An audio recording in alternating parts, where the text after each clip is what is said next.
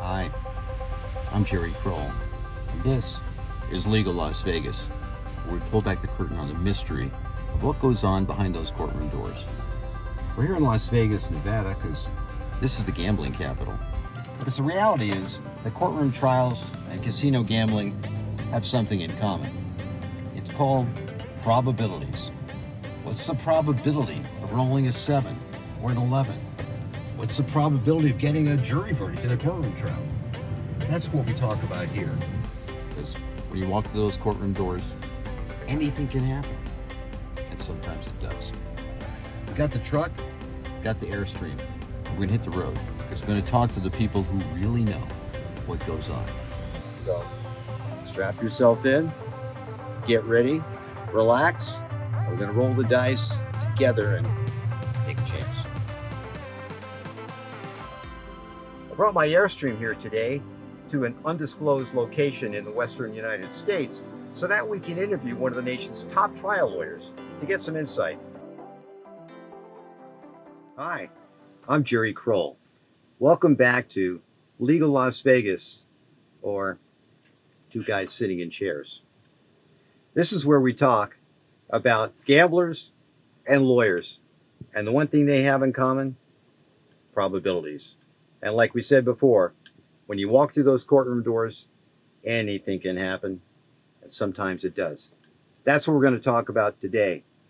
Brought my Airstream again to another undisclosed location in the western United States. And today, we've connected with David Lira. Think about it. You don't know who he is, but he is actually a famous trial lawyer. Again, he's one of those most famous trial lawyers that you've never heard about. This man has tried over 200 cases. He's a member of the American Board of Trial Advocates. This man has seen it. He's done it all. And he's here today to talk about it. Welcome, David. Thank you, Jerry. It's great to be here today. Well, so good to see you. And I hate to hit you right away, but, I got to ask you, do you think you're more a gambler, hired gun, or lawyer? I'm a hybrid. I am a hired gun, and I'm a lawyer who takes risk. And you take risk every time you enter into the courtroom. When you say risk, I mean, how do you decide that, like somebody walks into your office, they got a case? What do you do? Do you make some kind of like risk assessment? Absolutely. The initial client interview is key because at the end of the day, I'm going to invest hundreds of thousands, if not millions of dollars into a case. Wow. So the risk assessment starts from the very beginning with the client interview. Then it's followed by your investigation. What do I have? Is there a moral component to the case? And you start working on your case theme from day one. But I need to size up the client. Will the client be there with me to the bitter end? Would they cooperate? Would they bail out at some point during the litigation? How are you going to know? I mean, somebody walks into your office, John Doe, Jane Doe. They're standing there. You've never met them before. And you're going to make an assessment of whether they're going to bail on you like a year later? I have to. It's an investment of time, money, resources. I need to know from day one, if we have to go to verdict, you're going to be with me. How? Okay. Like, this is not about artificial intelligence, right? John Doe, Jane Doe, they're standing in front of you. You're making the assessment, right? You use this little meter? Is that what you do? Absolutely. It's a gut feeling. Wow. I take them through a series of questions, hard questions, softball questions, and I'm sizing them up. Is this someone I want to represent for the next 3, 4, 5 years? Go. Question. So let's assume John Doe, Jane Doe walk in your office and you go, I don't like John. I don't like Jane, but it's a great case. What do you do? Okay. I'll have to assess the situation.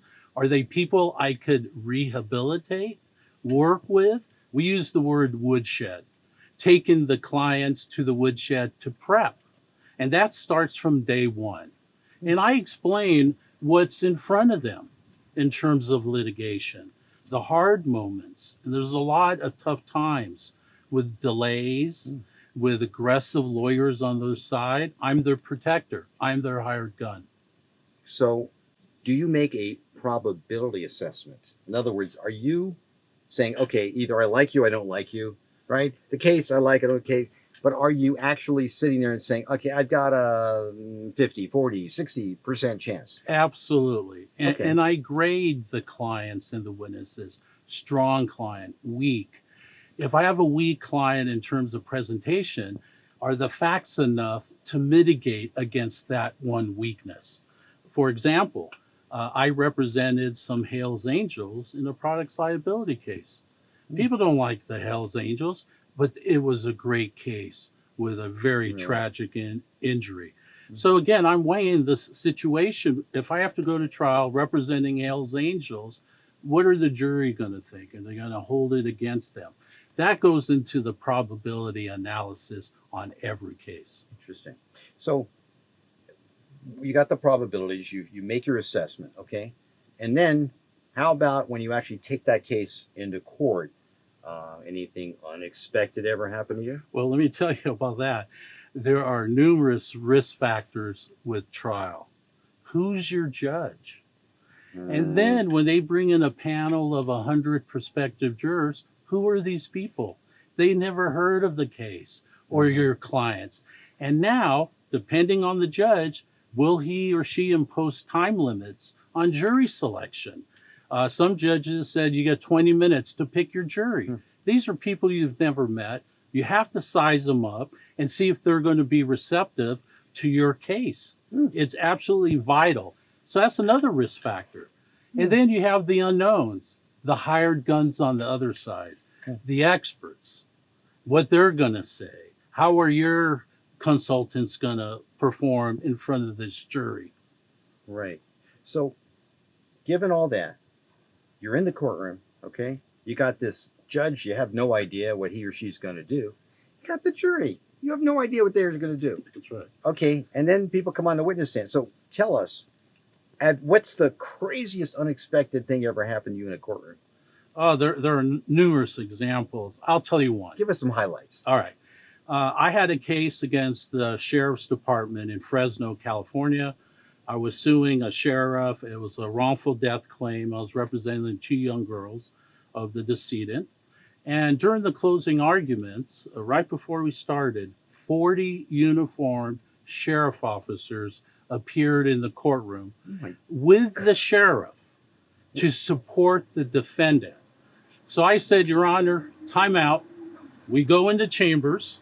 Wait a second. Just I want the visual on this one. Yeah. You're telling me there's a courtroom, and it's not a giant courtroom, right? Exactly. Smallish courtroom, right? Every seat was taken. And it's all taken by sheriff's deputies Yes. in uniform. Yes. And wow. And so I said, time out, Your Honor, could we go in chambers for a brief discussion? And I go, Your Honor, this is a little intimidating. A little? I have the defendant in uniform. Here is the legal community supporting him. And it was a great judge who's now retired. He said, David Lira, this may work against them. So I did my closing argument in front of the jury with all the sheriffs. And at the end of the verdict, which I prevailed, some of the jurors did not like that show of force. They thought it was intimidating on them. Interesting. So it was like a, boomerang deal. Exactly. Wow. And no one told me in advance, the defense lawyer, hey, I'm going to have 40 sheriffs show up. Hey, if 40 sheriffs show up at your door, believe me, I mean, just the whole thought of this is crazy. Okay, so give me another one. Sure, absolutely. So I was trying the Brian Stowe LA Dodger case. And if folks don't remember, that's where a San Francisco fan was jumped in the parking lot and brutalized. Major brain damage, was in a coma. Sure. And so we go to the civil trial against the Dodgers, knowing that we had 2 perpetrators, 2 criminals, who at the time of trial, the criminal charges were still pending. Wow. And during the discovery phase of the trial, the lawyers for the Dodgers took the depositions of the 2 perpetrators in their orange jumpsuit, knowing they were going to take the Fifth Amendment. Okay. So wait, this is at trial? This is at trial. They're on the witness stand in orange jumpsuits. The video. They were playing the video. The video? Yes. Oh, my God. So I went to Judge Chavez, a great jurist, and I said, Your Honor, at this time I will stipulate the 2 perpetrators are currently incarcerated. what they're charged with, and they've asserted the Fifth Amendment. We don't need to play the video of them taking the Fifth. Mr. Lira, your objection's overruled. And that's how the Dodgers rested their case with the two perps in their orange jumpsuit, shackled, Oh my taking the gosh. Fifth Amendment. That was a really down moment for me during the trial. But I said, hey, you got to keep moving forward. And now it's time to present the closing arguments. Oh my God. I mean, How do you pick yourself up after that? well, you can't show it. Like Yeah. being a poker player, Yeah. you have to have that expressionless posture in front of a jury. Right. If something goes bad, blow it off. No big deal. I was expecting this. I knew you were a gambler. So- I knew deep there's something you were holding back. So, okay. Exactly. So what happened? Well, the jury came back in our favor and awarded over $18 million for Wow. Mr. Stowe. And you have to remember, the jury instructions are really adverse to a claim, such as we asserted, in that you have an intervening criminal act. Mhm. And everybody wants to blame the two guys who committed the assault. Sure. But our theory is premises liability. The Dodgers didn't have adequate policing in the parking lot in the biggest rival game in sports, the Dodgers and Giants, Yeah. and a history of assaults and Wow. fights. Good for you. So that was a very difficult case. That's Very awesome. proud of that result. Awesome. You know, it kind of makes me think about cases where, you know, you have to make this choice. You know, I always keep thinking about the movie E.T. You know, stay, go. You know, right? Yes. So, but it's the same thing. You know, and that movie, A Civil Action with John Travolta and Robert Duvall, the scene where Duvall, you know, Travolta is representing the plaintiffs in a toxic tort case. Duvall represents the defendant. He slides that $20 bill over to Yes. Travolta. What's that? And Duvall says to Travolta, it's a settlement offer, right? Yes. Turns it down, right? And everything, they all go bankrupt. So here I'm thinking, like, you got clients. It's like the game show. Take the cash, go for what's behind the curtain. So what do you do? How do you deal with clients when you've got this, you know, are you ET?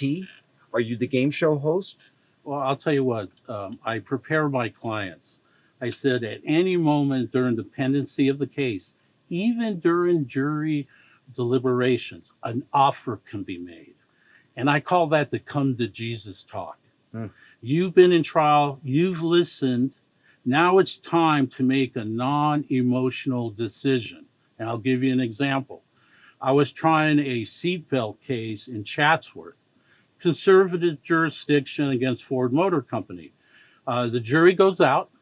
The lead lawyer for Ford says, Lira, I have a settlement offer for you, $7.5 million, which would make a world of difference for my client who was paralyzed. Oh my God. Talk about gambling. Oh yeah. I go to the client and I said, look, they made an offer. The offer expires when we hear the bell rung twice, which means a verdict. The verdict. We had 7 minutes from the offer till the jury Oh my announced their verdict. My client said no. They said, let's go to verdict. Wait. 7 million on the table, Yes, or it could be zero. exactly. So And it's their choice. I could guide them. I could say all trials are risky. I wish I had a crystal ball to tell you. I feel good about the facts, but it doesn't matter what I think. So do you It tell? matters what the jury thinks. Well, sure. And do you tell the client, look, this is legal Las Vegas. It right? is. You go in those courtroom doors, anything can happen, right? Exactly. So what happens? The jury has their verdict, and they announce their verdict of $45 million. Oh my! I Gosh. thought they were a bigger risk taker David, as the client that is- than I. That is, I mean, it's breathtaking. It is. I mean, It is especially for a stressful. client. I mean, that you had to be so gratified. Yes, absolutely. And your client, I mean, what can you possibly say? Exactly. Oh, David, exactly. that's a great story. Oh my God. And there are difficult moments because when you have a catastrophic injury or a death of a loved one, there's emotions involved. And I have to be their counselor and say, now it's almost like making a cold business decision. Mm. You have to weigh the risks. You go home with a bad verdict. I go on to other cases. I take it very seriously. And those are the moments that I have a very close connection with my clients. I get to know them over the years through Right. the litigation. Yeah. And I want them to trust me and my recommendations. Sure. And I want them to trust their own knowledge Wow. of the case. That's got to be, but that's frightening. It I mean, is- it's like for you, this is like, I mean, life and death, basically, financial life or death. Absolutely. And so you make the wrong call, and it's tough. That's got to be one of the toughest moments for you, is it? That is absolutely terrifying. You've invested years of lawyer time, resources, and it comes down to that one moment. And your heart is pounding through your chest because you really don't know. And when lawyers tell me, oh, I knew it was going to come back for that amount, I Yeah. said, no way.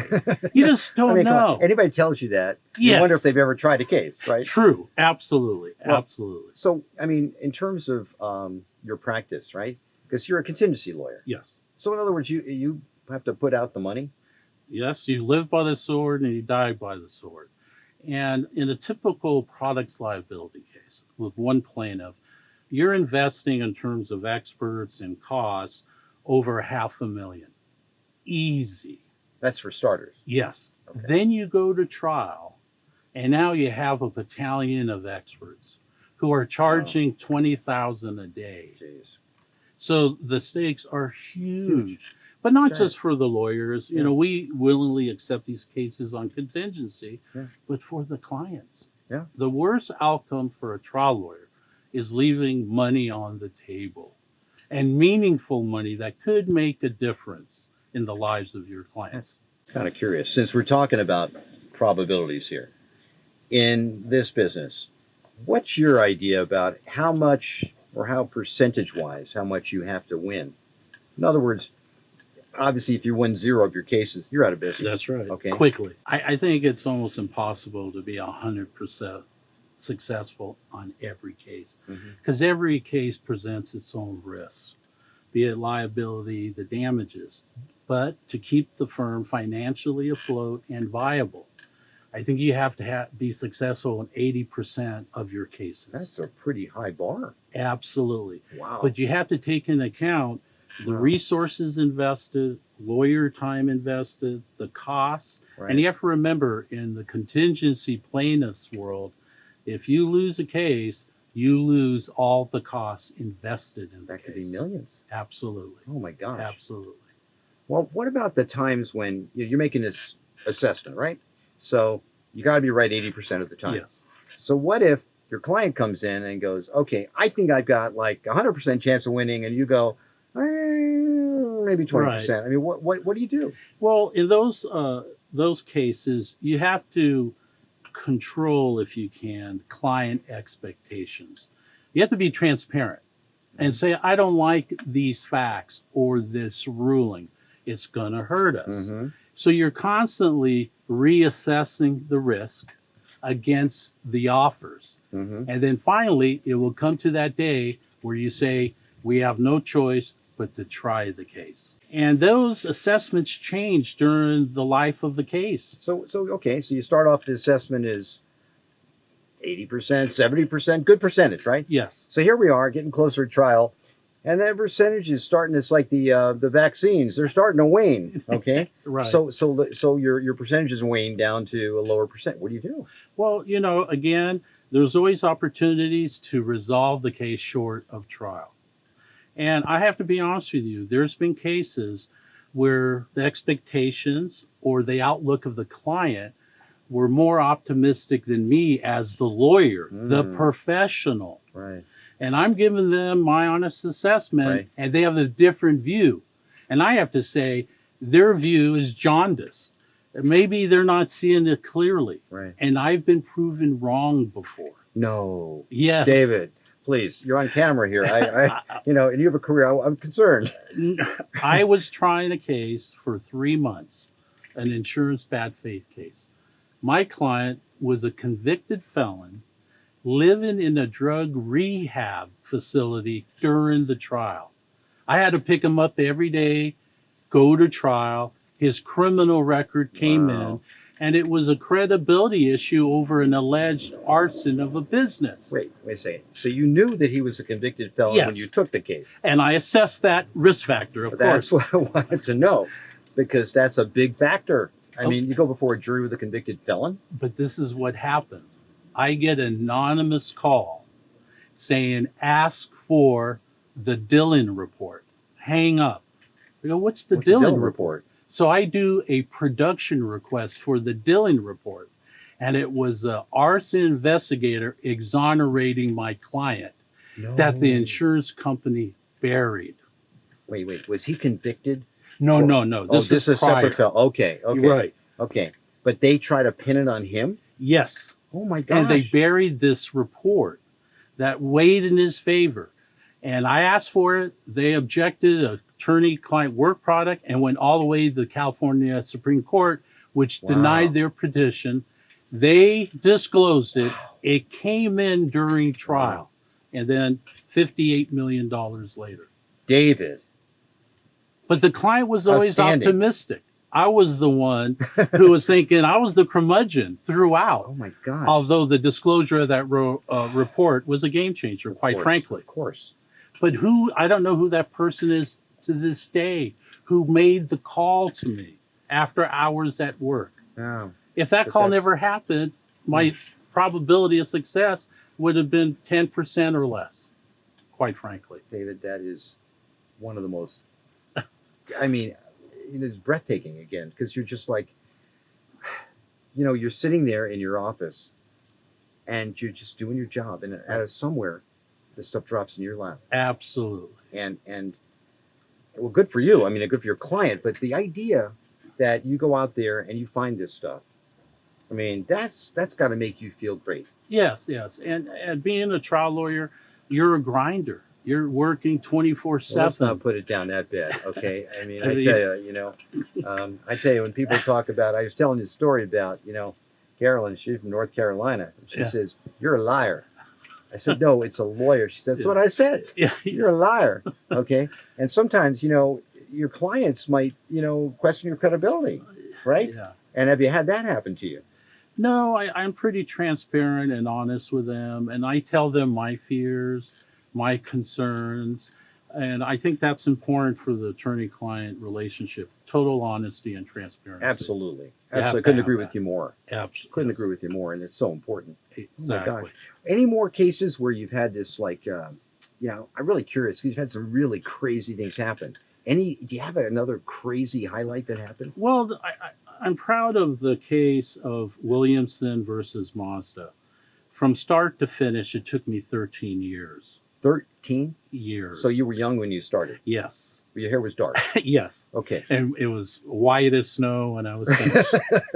And that case involved a trip to the United States Supreme Court. Wow. What happened was the trial court threw out my case under the doctrine of preemption, which is very complicated. It essentially means if the federal government occupies an area in terms of regulation, common law theories cannot be filed. In other words, I think what you're saying is there's state laws and there's federal laws. Absolutely. And you're trying to use a state law, and they're going, no. We're federal. Absolutely. Okay. So the trial court throws me out. Mm-hmm. The First District Court of Appeal affirmed the court's decision throwing out my case under the doctrine of preemption. I file a writ review with the California Supreme Court. They deny review. So you went through all the California courts, yes, from bottom to top, and they all threw you out. Exactly. So where'd you go next? So I'm thinking, what do I have to do to get the Supreme Court attention? Because it is a federal issue. You're talking the United States Supreme Court, the highest court in the United States. Exactly. Okay. So I called an appellate specialist that I work with, and he said it'll take me 10 minutes to wrap it up, and we'll file a writ of certiorari. What is that? Saying, hey, Supreme Court, this implicates a federal doctrine and law. We need your advice, your decision. So a year goes by. I forget about it. And then the Washington Post, New York Times start calling me. Mr. Lira, do you have a comment about the Williamson case? And I go, yeah, what about it?